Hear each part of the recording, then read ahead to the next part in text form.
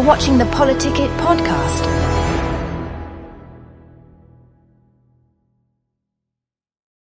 Okay, hi, welcome to another episode of Politicit Dixie. I am here with former Mayor Bill Hoster, and he is a current candidate for the Washington County Commission. And so we're just here to talk all things politics today with Bill. And welcome to the show, Bill.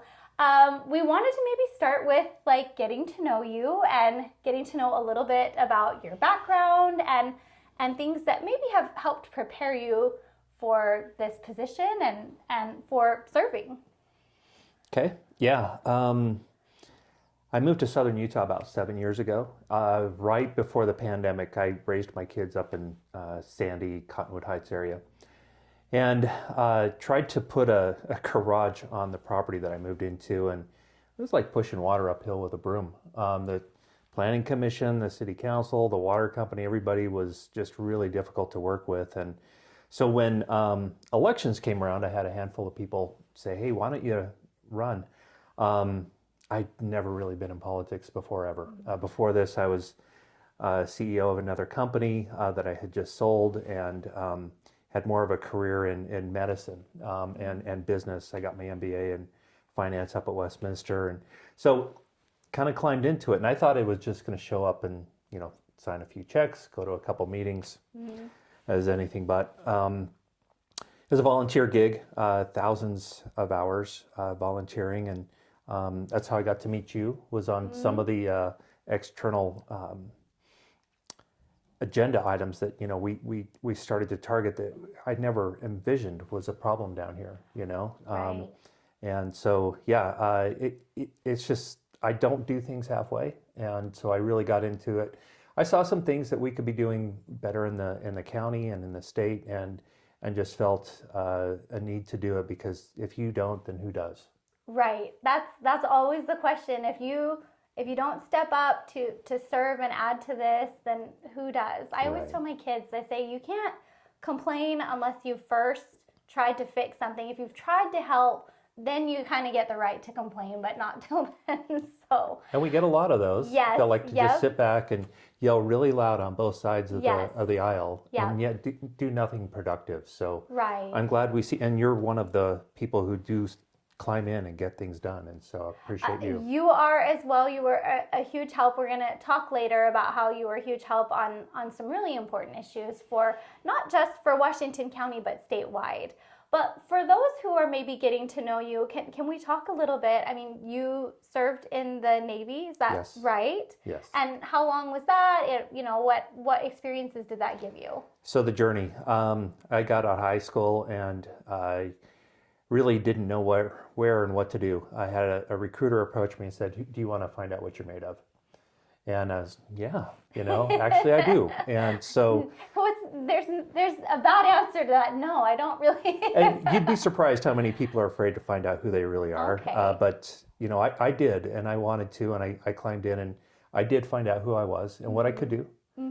You can do really hard things, and that you never thought you could do, and it's inch by inch.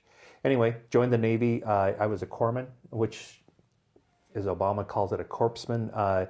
It's actually a medic. And we have in-hospital medics. We also have medics that are associated with a Marine unit. I did both. That was a couple of years there, and then I was in the reserves, got recalled for Desert Storm, and served in that.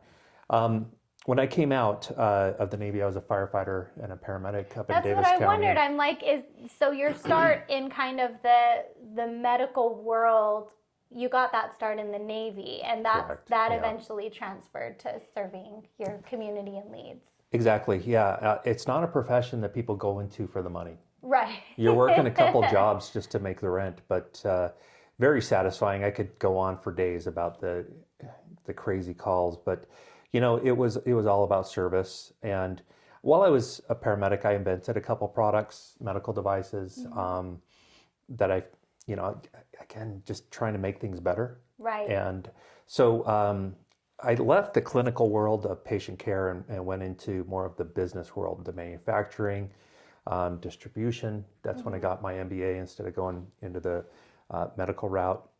And from there, it was kind of build, buy, sell businesses.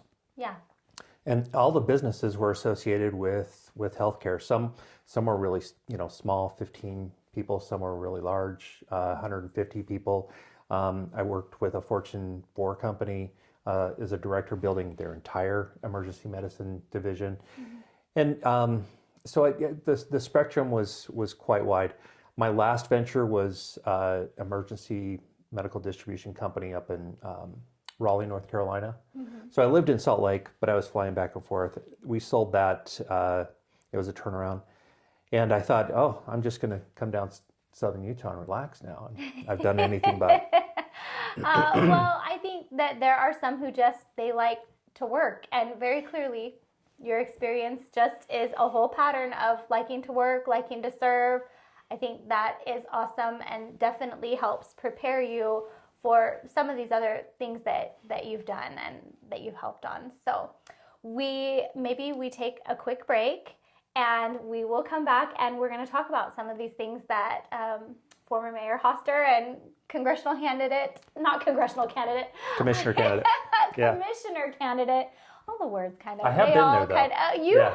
That's right. You ran. We could talk about that. Okay. Your run for. Yeah, let's do that. We'll do that when we come back from the break. Tired of media bias? Frustrated by political noise? Politicit.com cuts through the clutter, giving you real facts, clear analysis, and unbiased insight on the issues that matter most. Stay informed, stay empowered. Whether it's elections, policy changes, or breaking news, we've got you covered. No spin, no agendas, just truth you can trust. Visit Politicit.com today because informed citizens shape the future. Politicit.com, where politics meets clarity. Welcome back to Politicit Dixie. I am here with Bill Hoster, and he is running for County Commission, and we are going to talk some more about some of the experiences he's had in the political world. Starting with this, he ran for, it was CD2 at the time, right? Yeah, before the maps got all shifted around. Yeah, so he just felt like this desire to serve and jumped in and threw his hat in the ring, which is really brave. And it was a really crowded race. How many people were running in that 12. race? Yeah, there were 12. Yeah. I forget how wild that was, trying to vet all of those candidates. But Yeah. Clearly you have a passion for serving and trying to improve your community and our county. And I think that I got to know that was how I originally got to know you, was we've been working for 4 years on bills to protect kids. Yep. From lewd behaviors and performances, and that was really where I first got to know you. Was we kind of put together this coalition of people across Washington County. We had some very unique issues happening here that we were trying to solve, and so we have been working for 4 years on that, and Bill has been instrumental on that. Is there anything you want to say on those bills and the work we've done? Well, it kind of segues into why I'm doing this. I surround myself with really smart people. You and Colin Jack, Representative Jack, and Michelle Tanner, Councilwoman Tanner. There's a bunch of really smart people. I feel like I'm more of an executor. And so, that's what leadership, I think, is you bring in really smart people. You find solutions to problems, considering all angles, and then try to build the pathway going forward and execute on it. You were a big part of that, and so were the other members of that team. Yeah, you were awesome, especially in terms of policy when we were trying to decide what kinds of things do we add or take away. You were always really awesome and decisive in, okay, we need this in the bill, okay, we don't, and really appreciaed your work on that. We also want to talk about, let's talk about Representative Ellison, his EMS funding bill. I know you were early on. Did you start kind of this idea for the bill and reach out to him? How did all of that go down? So as the mayor, you're appointed to the board. We had 7 cities on the Hurricane Valley Fire Board. And I was elected to be the chair. And within a couple of weeks of stepping into that, I was handed a 92% property tax increase from the prior administration. They'd just been kicking this can down the road and handed it to me, and I was stunned. That's tough. It was tough. We turned it down, Yeah. and knowing that they were saying, "Hey, we're going to have to shut down the fire department," which is an essential form of government. And so Right. I said, "Well, I happen to have an MBA in finance. Let's redo this budget." And so I personally went in with the fire chief. We redid a bunch of stuff. We got it cut down to about half of that. I felt like it wasn't enough. So again, pulled people much smarter than me into the room and said, "What can we do? What ideas do you have?" And one of the assistant chiefs came up with a law that was on the books over in Kanab and Moab that we could maybe massage, which allowed sales tax to fund fire, rural EMS. So we massaged that bill with Representative Elison, Senator Owens, and it took us 3 years, Alexis, to get it across the finish line. There were a lot of politics involved. Yeah. And 11:59 when President Adams shut the book and said, "Well, we're done," as he was reading my bill, and That was so painful. I was actually there that night, and I was watching all of the chaos. Were you there? I don't know. I was watching on Zoom. Okay. Yeah.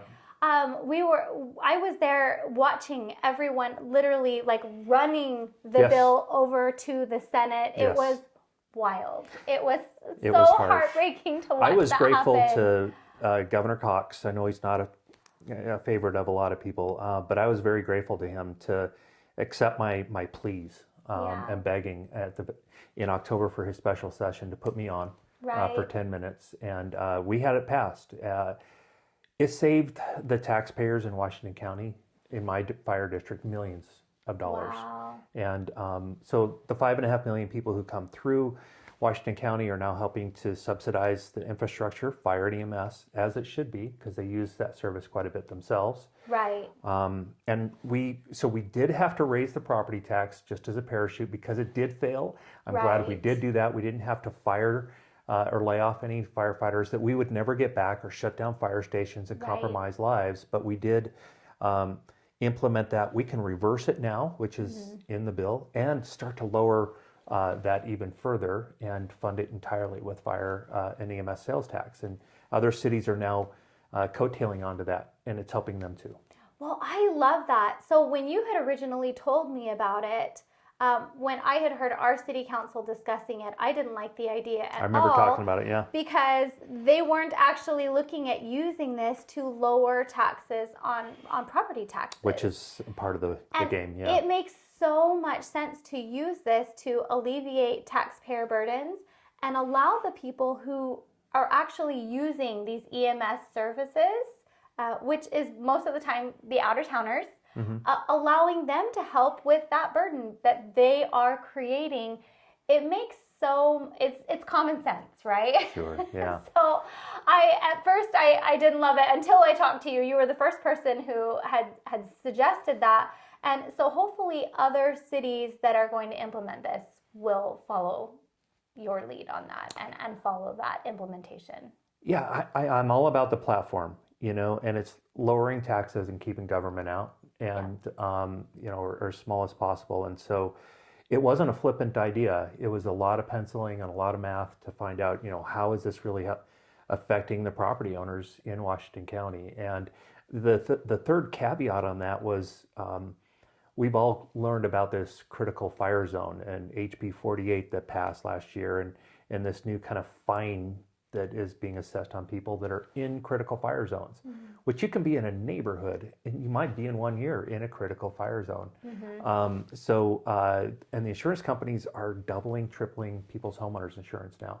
So our ability to fight back against that is this ISO rating that fire departments are rated on. It's a national assessment that the insurance companies have to assess into their premium rates. And so mine went up thousands, my homeowner's insurance. Some people were dropped entirely. So if I can get that lower, which we're able to do with the right funding, I can save each homeowner hundreds, if not thousands of dollars on their homeowners insurance too. So, looking at all of those components, I thought was really important in trying to get this across the finish line. But a lot of people go, well, it's a new tax. So let's get back to talking about EMS bill. That's where we were at, right? Okay. Yeah. About making sure that we fund fire and EMS, and even though it was an additional tax, right? That's where I think we left off. Yeah, it was called an additional tax by a lot of people that looked at it initially on the surface, and really what it was is a lot of politicians kick the can down the road, and they don't want to raise taxes for an essential service, or they're trying to fund something else. Each area was different. Ours, they just didn't raise the taxes. We had COVID hit, prices doubled, fuel doubled, cost of machinery doubled, the trucks doubled, labor doubled. So we had to do this for this essential service, and but very transparent, laid everything out, and people understood it when we were done. Right. Yes. And I like putting the tax where it needs to go instead of burdening, property owners who aren't really the majority of the people who are using these services. So I think it makes sense to make the people who are using the services pay for them. And I felt like it was just a creative way to find a solid solution for the property owners. Yeah. That didn't cost them more. Yes. And it was awesome. And it took a while to get through, but we're happy that it's implemented now, and we can hopefully get some fire and EMS funded, and hopefully lowering property taxes as well. So that's awesome. All right, let's talk about one more thing, because you were absolutely instrumental in Prop 4 stuff down here. And obviously, I think people in the audience know I have a thing for Prop 4. We're going to bring it up on every episode. It's heartbreaking. It was rough, right? Yeah. But you were one of the original people to sign to get this going. So talk to me about it. Yeah, so UFRG is the group that we organized to try and fight against Prop 4. It was an initiative back in 2018 that was guised as this anti-gerrymandering effort. It actually, it exercised one of the sections of the Constitution that gives the people the power, which is great, but it also conflicted with Section 9, which is the legislature writes, or they draw the maps when the census comes out. So that should have been handled appropriately by the courts, and it wasn't. It's been going back and forth, and our legislature actually drew the maps according to Prop 4 with a committee, and did multiple public hearings. But Judge Gibson just decided she wanted to choose the activist map, which was the most gerrymandered map there was. Absolutely. We followed the law. We did the right things. We had almost 250,000 signatures across the state from thousands of volunteers. And this group, this Soros-funded group, $3 million plus to target vulnerable Senate districts, and they got just enough people fooled to pull their name off the signature list. And it was disheartening. It kills us in two ways. It's not just another seat in the federal House of Congress, but it cancels out one of our other congressmen. And so it hits us twice, and people wonder, how does this happen? Right here, folks, this is how it happens. Right, yes. And hopefully people can see now the problem with Prop 4 and trying to alter and reform our government was the whole issue here is that we can't hold any of these people accountable. Right. We can't hold Judge Gibson accountable. We can't hold the committee accountable. We can't hold these activist groups that she selected their maps. We can't hold them accountable. Right. So there's literally no accountability, no way for voters in the state of Utah who voted to reform their government. We have no way of fixing this other than this constitutional amendment that hopefully is coming. We had so many people try to say, well, we voted for this once. Okay, well, we voted for prohibition once too, folks, and we reversed that when we saw the unintended consequences. Right. And that's what happened here. We saw it was really a violation of the Constitution. We tried to fight for it, and this is what it's become. But we're not giving up. Right. We're not bound to a vote we made 8 years ago. We're just Well, not. we are right now, but we don't have to live with it forever. We can Right. redo it. Yeah. We'll keep up the fight one way or another. We will find the way for Utah voters to really get fair maps, because you Yeah. look at these maps, there's nothing fair about these maps. No. And all they did was create extreme districts. And if there's one thing I've learned from living in Utah for the last 20 something years, Utah's not extreme. So this is not going to equate to good representation for the people of Utah. Yeah, the efforts to turn us purple are very real, very strong. Shouldn't But have it worn takes a purple dress today. but it does take us at the grassroots level. That's why I'm so proud of Washington County. Yeah. We have such strong grassroots. I've been so impressed with the people who are here, their Right. service, their volunteerism, their dedication, and I think it's going to set the pace for the rest of the state. What we do here, and we're going to lead it. I hope so. That is something, we really are the conservative stronghold for the state of Utah. And so I love that we were the first to kind of cross the threshold on getting our signatures. Over the top. It was awesome. And I was saying in an earlier podcast, you notice they didn't target Washington County. They went for a northern Utah county. Yeah. And it's because we absolutely are the conservative stronghold of the state. And you really saw people understand why this is such an issue and why it's harmful to representative government. And so, yeah, I loved watching our county rally, and I appreciated your work. Every time I couldn't make one of the signature gathering events, you stepped up and you were there, and I just so appreciated that, because you saw there were so many people here in Washington County who wanted to sign, who wanted to be a part of repealing this. Yeah. And that was really awesome to see people come out to those events. So hopefully they got to know Bill a little bit through that as well. So appreciate your work on that. Thank you. Let's move to really quickly just to county government and wanting to serve as one of our Washington County commissioners. What are you hoping to accomplish? What do you think you can bring to the table? Just so that, give your pitch for all of our delegates and all of our voters who might be watching.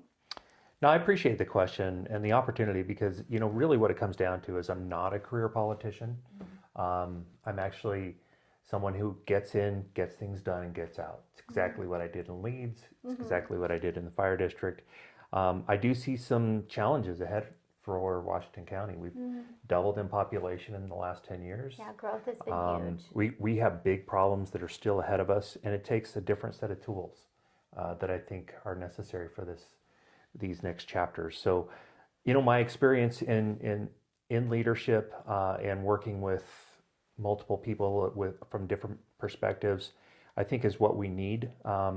Not working for the next election. That's not my gig. I'm more, let's go in, let's get it done, let's get it right. And I realize this is actually going to be far more service than anything else. The mayorship was incredibly demanding, and I was a punching bag for a lot of people who expected special favors, expected, so I had people come at me from all directions. Right. And I learned so much through all of that, not only the thick skin, but to navigate the bullies that are out there.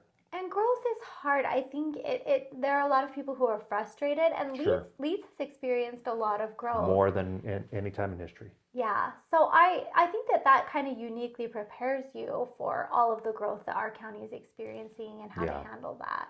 Yeah, I'm not new to the game by any means, and I think my record speaks pretty strong about conservatism, property rights, protecting the elements of government, and trying to keep taxes low. And so those are all essentials, I think, for the county going forward.